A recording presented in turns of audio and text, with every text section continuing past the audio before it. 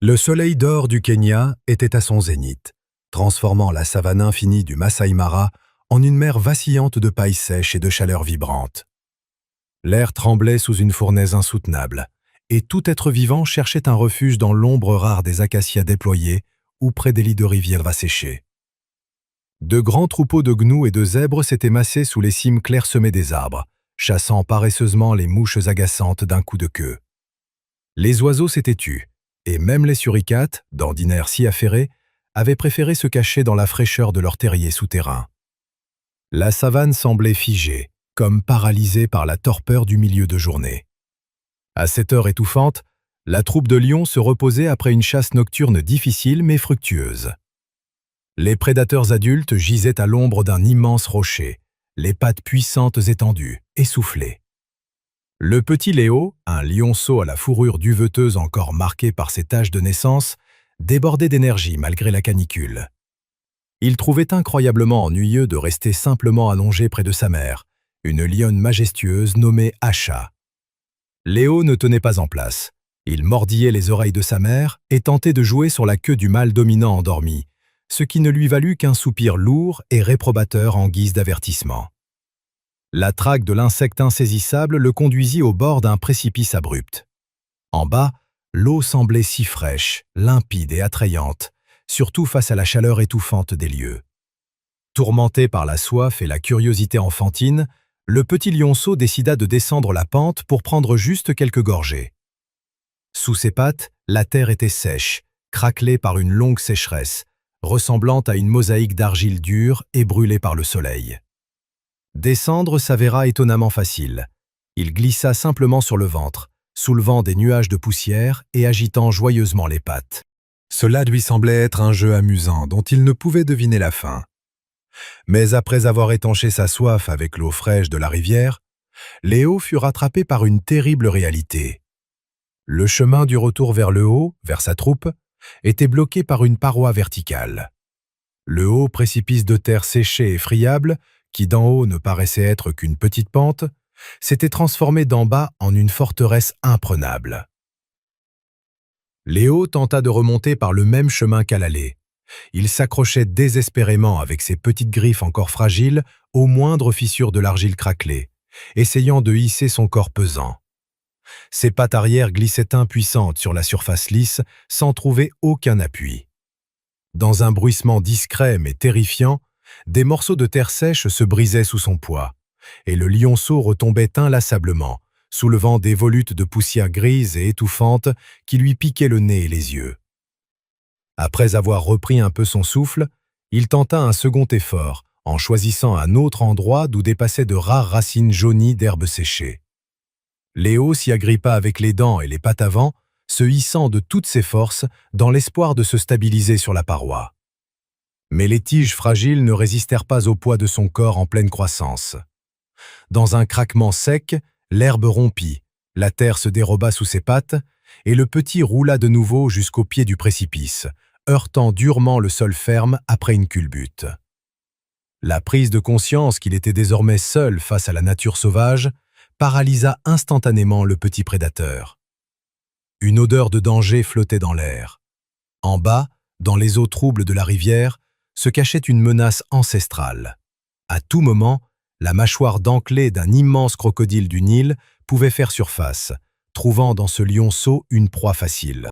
En haut, derrière le rebord inaccessible du gouffre, se trouvait sa famille, sa protection, et sa mère si forte et si sage. La distance entre le monde sécurisé de la troupe et ce piège mortel ne tenait qu'à quelques mètres de paroi verticale. Le cœur de Léo battait à tout rompre, prêt à bondir hors de sa poitrine.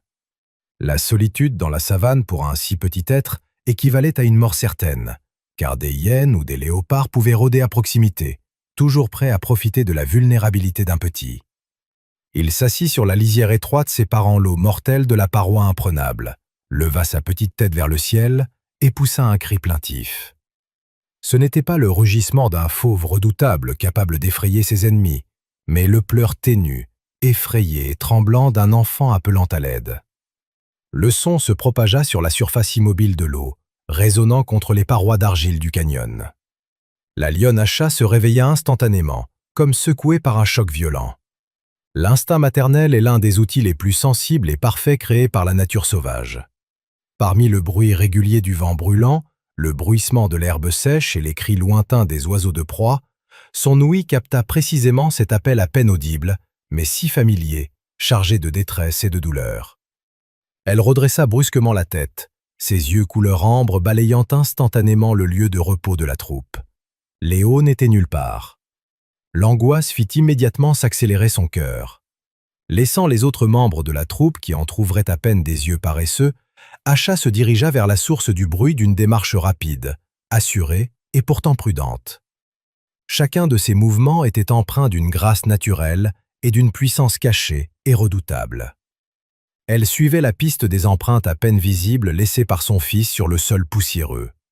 À mesure qu'elle approchait de la rivière, les pleurs plaintifs devenaient plus distincts. Enfin, elle atteignit le bord du précipice et plongea son regard vers le bas.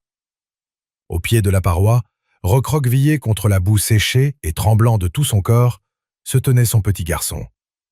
En apercevant la silhouette familière se découper sur le ciel lumineux, Léo cria encore plus fort, sa voix mêlant un espoir immense à la panique endurée. Asha répondit par un grognement sourd et guttural.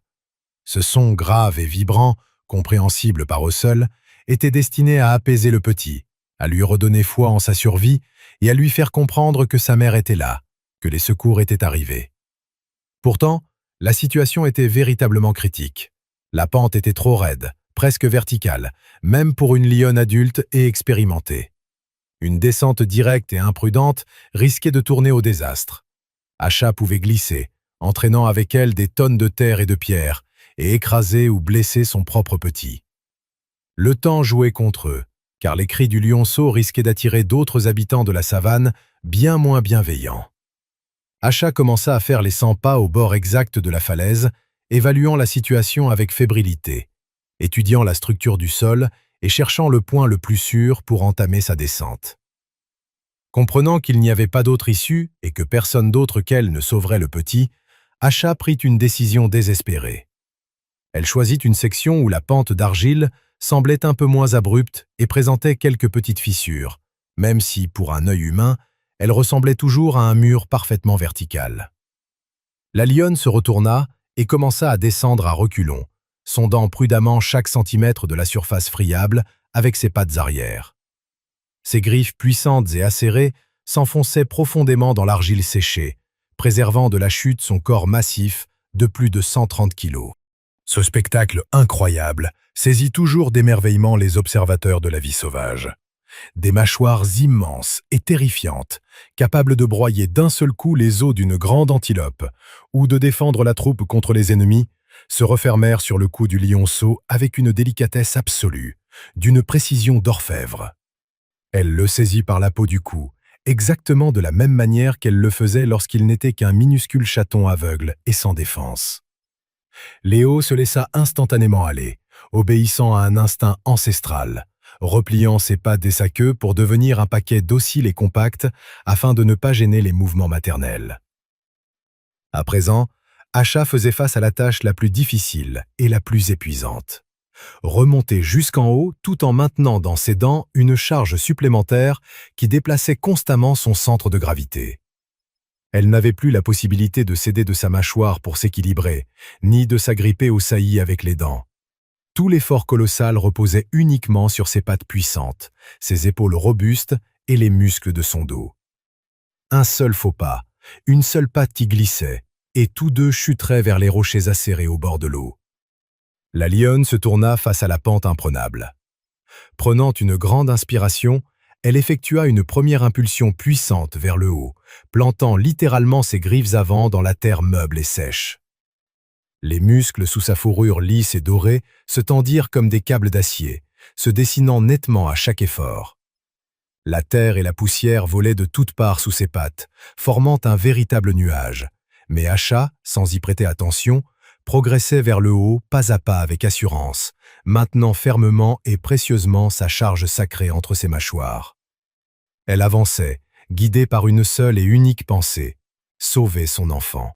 Elle s'avança encore de quelques mètres vers l'intérieur des terres, aussi loin que possible de ce bord dangereux et traître, et déposa Léo sur l'herbe tendre et brûlée avec le plus grand soin.